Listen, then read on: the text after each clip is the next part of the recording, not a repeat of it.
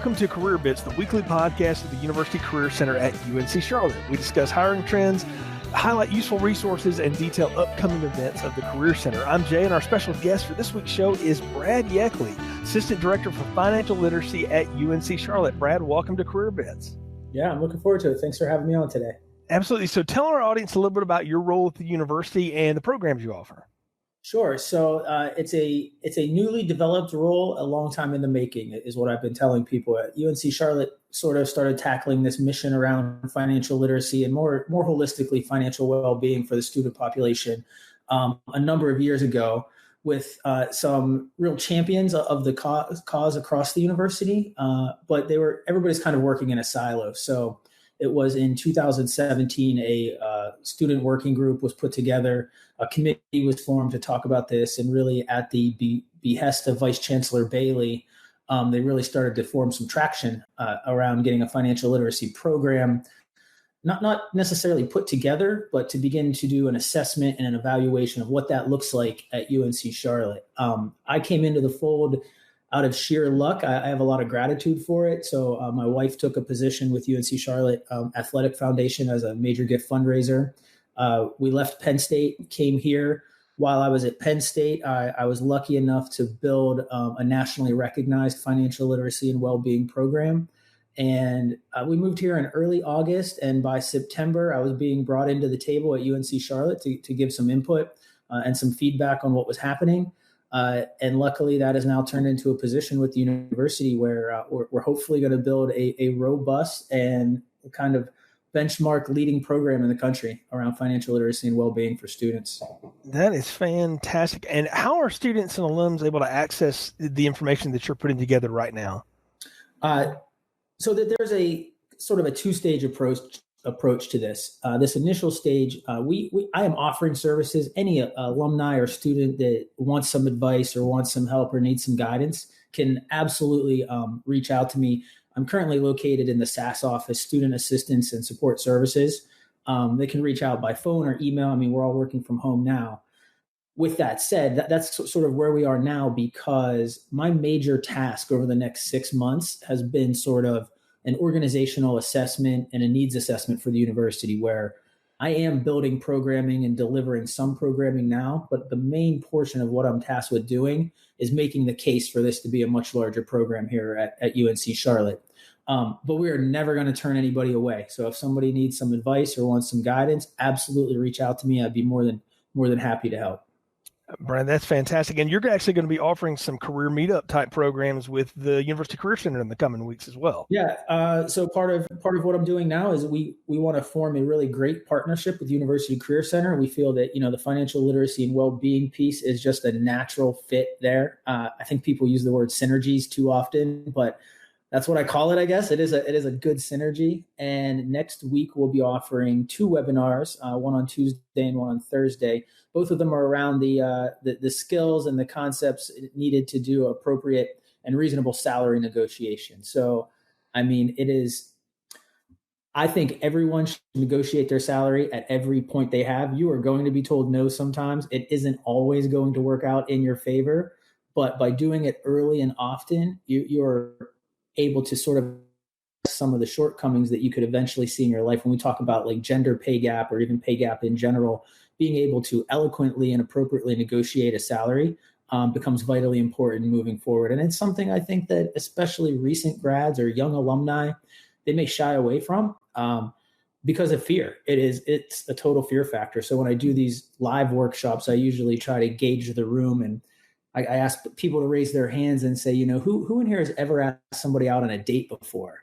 And I've been through it. Maybe Jay, you've been through it before, but you prep yourself, right? You get yourself ready in your head and you're good to go. You're like, I got this. And then you see that person and you're like, okay, I'm going to do it. Then you walk up to that person and they say hello to you and you completely lose it, right? It's gone. That's salary negotiation the first couple times you do it. So that some of the keys are, practice and preparation and understanding what you need to do. It's like any other skill. And over the course of your lifetime, one of the statistics I like to point out is that at your first job, at your entry-level position, if you can negotiate an additional 3 to 4% in your salary starting off, that equates to almost $1.2 million in total income over your lifetime.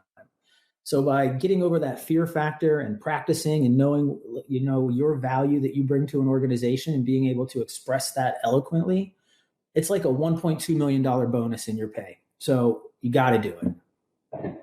That's fantastic. And by the way, you just described how my proposal went down to my wife.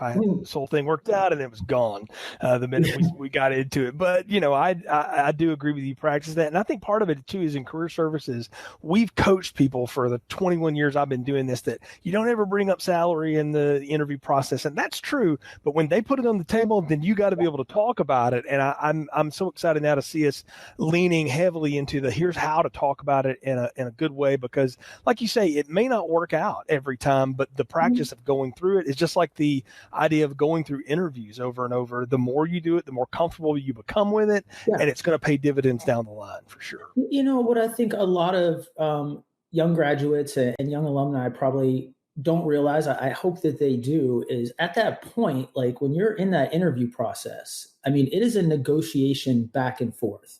And some like recent graduates, especially coming out of the environment that we're living in now, graduates are going to be happy just to get a job offer. However, what I like to tell young people and students and alumni is that when you're sitting across that table and that person gives you an offer, right? The company wants you, they offer you X amount of dollars. It is in their best interest to get you at the cheapest rate. Like they may love you to death and they want you to work for them forever, but they'd love if you did it for free.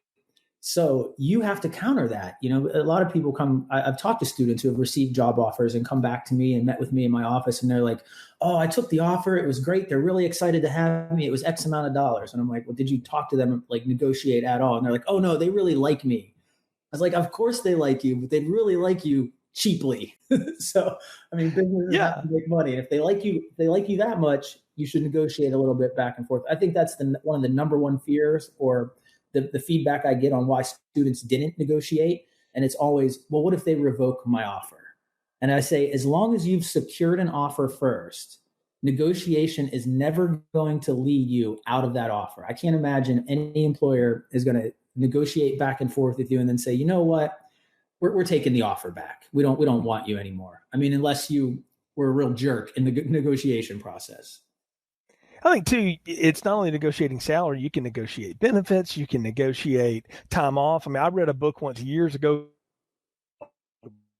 like a little age guide. My father-in-law gave it to me, and I read it and I thought, this is so fascinating, because if you think about it, everything on some level or another is a conversation you can have. Now, it may be a quick no, but it's worth having it. And by bringing it up and being the kind of person that's willing to talk about it. And I think, too, when it comes to things besides salary that you're negotiating for as a candidate, you show yourself as someone who sees the larger picture of all of this, and that an offer is not just your salary. It's your benefits, it's your time off, it's all of it. So being able to understand that is key and paramount to being a good job seeker. And I'm so excited that UNC Charlotte has put resources behind having an office like this and a person like you to help lead this with what we're doing in the Career Center. Sure. And I'm glad you brought that up, because there are all of the other fringe things that can absolutely be negotiated. Maybe not at an entry level position, but as you move up the corporate ladder and there are certain bans or restrictions on the amount of salary you can get. I know that in my history, I've negotiated things like vacation days or work schedule, professional development budget, right? So we used to do a lot of work with students who were being recruited by the 4 major accounting firms, and they hire so many students that it's pretty cut and dry. Your offer, $65,000, no negotiation. So I would encourage those students. I said, how good does it make you look if you say to that recruiter, or you say to that, I understand that there's no wiggle room on salary, but I'd like to talk to you about a professional development budget, because I want to grow with this organization and my development is important to me, and I hope it's important to you, right? You're negotiating right there, maybe an extra $3,000, $4,000, or $5,000 that will leverage you for the rest of your career. And as an employer, I would love to hear that. I would love to hear that you're excited to kind of build your professional repertoire while working for me. Yeah, absolutely. Brad, that's fantastic. Any final pieces of advice that you can pass along to students and alums right now as they're dealing with financial stress, maybe related to COVID-19 or anything? Sure. I actually just wrote a piece about this. I've been thinking about it a lot. In my history of working with clients in my corporate life and then students in my higher education and university life. I've always tried to get them to kind of brush away the financial noise that they're dealing with all the time, all of the swipes, the transactions, the temptations, the distractions of everyday life, in order to get down to really what matters financially for them, the stuff they should really be allocating time and resources to. And for better or for worse, that's what we're all faced with today. We're all doing that. So right now is a great time to find some opportunity to really figure out what matters to you most and start making some plans for that. Because what's going to happen is this time will end. And when it does, those distractions and those temptations and the everyday kind of hustle and bustle of life, the normalcy that we're used to, will be right back. And I would hate for people who want to make sound financial decisions to fall right back into the old trappings that they had before. In the thing that I wrote, I talked about, I don't think people are getting the daily lattes anymore, and their gym membership that they never used is probably canceled. So let's figure out how to reallocate those resources to the stuff that really matters. Yeah, absolutely. Brad, tell folks how they can stay in touch with you if they want to. Yeah, so through my UNC Charlotte email is probably the best way. That is Yeckley, Yeckley at uncc.edu. You could also email the SASS office, Student Assistant and Support Services. They'll be able to get in touch with me. That's the best way. I'd be happy to set up. We can do WebEx, Google Hangouts, some Zoom chats. I like doing stuff where I can see somebody and really talk to them. And honestly, any financial question that you have or that somebody has out there, no matter how big or how small, please get in touch with me. I think I can always be helpful, especially, young alumni starting out. I'm a huge proponent of the fact that we've done such a disservice with financial literacy and financial well-being across the country that once we graduate from college, I think some people are a little afraid to admit what they don't know or afraid to reach out and get help. So there is nothing too small. If there's something that you don't understand or you just want help with, how do I set up a good budget? Reach out to us and we'll be there to help you. It doesn't have to be these big, profound things like how should my retirement account be allocated? Let's figure out why you're spending too much money first and then go from there. Absolutely. Brad, thanks again for being a part of Career Bits. And of course, folks, you can participate next week in Brad's talks. Look on HireNiner and RSVP there for those. Now we welcome into the program Patrick Madsen and Matthew French and Jesse Simonik. Welcome back, gang. Hey, everyone. Hi, everybody. It's been a busy week, and we've got a lot of cool stuff coming up. I want to start with some employer highlights. First off, I want to talk about the Google Summer Internships and Programming information that they have. Google's doing a lot of cool stuff virtually. They've converted their internships and things to virtual platforms, which makes sense because of what they do. But they've also got their global coding competition going on called Kickstart 2020. And if you Google search that, you'll find out information of how you can participate in it. Google's also putting out a lot of skill building, online training and practice courses, how to prep for interviews, learn new skills in the tech field, all of that for free this summer. You can find out about it by going to Connect with Google. That's GOO.gle/CWG, Connect with Google, and sign up for the student newsletter. And so if you're interested at all in working in the tech field, specifically working at Google or anything like that, highly recommend you check that out. Matt, you had something you wanted to bring up too, employer-wise. Yeah, definitely. So there's a great way for a pipeline to get involved with state government. So if you're interested in working for state government, across industries, across areas, across majors, really. So check out NC Careers. This is a great place for you to go right now and find positions that are being hired for across skill levels. And yeah, just check it out to get involved. And speaking of that, Matt, a lot of resources that we've been pulling together for students. You got quite a few that you want to highlight this week on Career Bits. So what do you got? Oh, I have so many to share. Okay, so first, if you've lost your internship or if you're looking to see if your internship is still going, if you haven't heard anything from your employer, or if you're looking for an internship, a really cool website to utilize, it's kind of community-based, is called ismyinternshipcanceled.com. So it's pretty on the nose, but it's a great resource for you to go ahead, check out, see what all's out there, and get yourself informed. Also, Halo There, HALLOTHERE.com, HaloThere.com. We are a partnership with them, and this is a really cool Twitter chat thing that you can go online and talk to employers who are hiring right now. This is especially important for our STEM folks. So STEM, if you're looking for an internship or you're looking to make connections with employers, this is a great way for you to go on. You can create a free account and you can connect yourself to UNC Charlotte and get connected with those recruiters and ask them questions. They have digital events going on throughout the rest of the semester.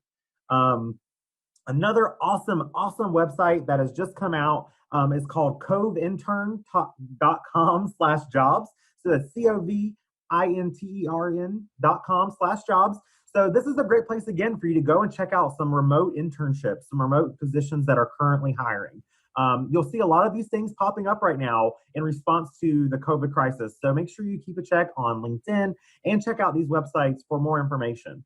And last but not least, let's not forget about Hire a Niner. Yes, Hire a Niner is our in-house jobs and internship board. These are not just jobs and internships that are cultivated through other means. These are employers looking for Niners. They're looking to hire UNCC Charlotte students and alumni for their positions. These are not posted all over the internet. They are only in hireaniner.uncc.edu. So make sure you go in there, upload your resume, get some feedback on your resume and approved, hopefully, through our Hire a Niner system. And then you can get to applying and get your career ball moving. And just on that note, since you mentioned it, say I don't get my resume approved the first time. What can I do to get some resume help, Matt? Yeah, so if you want some resume help, we are still doing virtual career advising appointments, right? So go into Hire a Niner, look on the right-hand side, you'll see request an appointment, and there you can make an appointment with a career coach who's specifically related to your industry, right? So if you're an accounting professional or a student who wants to get help with maybe being an accountant in tech, then you can talk to a career advisor specifically in tech who can help you kind of direct you. So make sure you make those appointments, and also keep a check on Instagram Live. We're doing those Instagram Live chats where you can ask those questions as well. That's great, Matthew. Jesse, what do you got this week? Well, this week I wanted to give a shout out to this really cool resource launched by the Alumni Association. If you're a UNC Charlotte alumnus or alumna that owns a business, or you want to just help support local alumni-owned businesses, you'll definitely want to check out the Niner Business Network, which is an initiative launched to help connect you with fellow alumni in the business community. This is a resource that allows alumni-owned businesses to submit their information to be posted to the online alumni community, whether it's here in Charlotte or elsewhere. So this is a really cool way to help you support your fellow 49ers. Another really cool tool, kind of switching gears here, that I wanted to share with you all is Coursera. Coursera.org is a free online resource to help you continue building your knowledge bank. You can take classes from top universities like Yale, Michigan, Stanford, and also through employers like Google and IBM. There are options to pay for certificates and things like that, but you can easily opt out of those and just opt into absorbing the free content. Patrick, I think you also have some additional free online learning platforms to share. Yeah, in addition to Coursera that my colleague talked about, there's also edX, OpenLearn, and Harvard Learning Platform, all great opportunities to help you build resume capital. So not just finding micro internships and full-time jobs, but building new skills, enhancing the skills, and going a little bit more deep in terms of areas that you really want to project to potential employers that you see out there. And why is that so important to keep doing even if I'm not interning right now, Patrick? Well, like I said, it's about resume capital. It's about building that competencies, the skills that employers keep looking for. And if you're a psychology major like I was, it's a great opportunity for you to learn about Excel or data analytics or behavioral analytics and just add different values that make you stand out from the crowd and the crowd of other job seekers that might be out there. Up those skills. Very good advice, as always. Always, though, we've got a lot of events going on. Usually this time of the semester, we're starting to wind things down. Not so much. We're just keeping them cranking. Patrick, you got a couple of events you want to make sure we plug here on Career Bits this week. Yeah, so the Career Prepper Series is back again this week, and we have Crafting a Career Plan During a Pandemic. So this is your opportunity. If you need a couple more tips, some more strategies on how to organize yourself and make sure you're moving forward with a strong action plan during this time and later on, jump in there. Check out Hire Niner for when these are happening. It's happening once per day, Monday through Thursday of this week. And also we have International Career Panel happening tomorrow night. So that's Tuesday evening. Check in Hire Niner for that information and or through our International Programs office. You had an event you want to do highlight as well? So check out at My Dean's List on Instagram. So tonight, the University Career Center on Monday, we are sponsoring a Facebook Live or an Instagram Live from our Facebook recruiter who will talk all about, recruiting for Facebook, give you insights. But every Monday, hashtag TGIM to at My Dean's List on Instagram Live.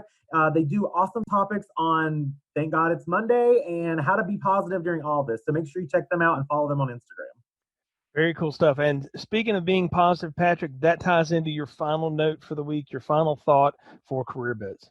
Yeah, that was a smooth transition. Thank you, Matt. So, there's a concept in positive psychology called the Tetris Effect. And they did this study back in the day with college students, and they had them play games to get money. And they played Tetris, and they played Tetris for hours upon hours upon hours. And what they started noticing after they stopped playing is that people would see bricks or they would see things and their mind would automatically go to this way of how do I organize them based on like Tetris to get things done.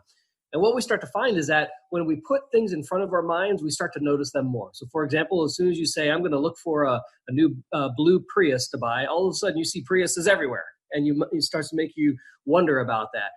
In the news, we tend to concentrate on all the bad things that are happening. We can tend to concentrate on who's not hiring, who canceled an internship. And so I would encourage you all to flip your brain and practice something that I call went well list. So every Friday, what I do at 7 a.m. is I make a list of everything that went well during the week.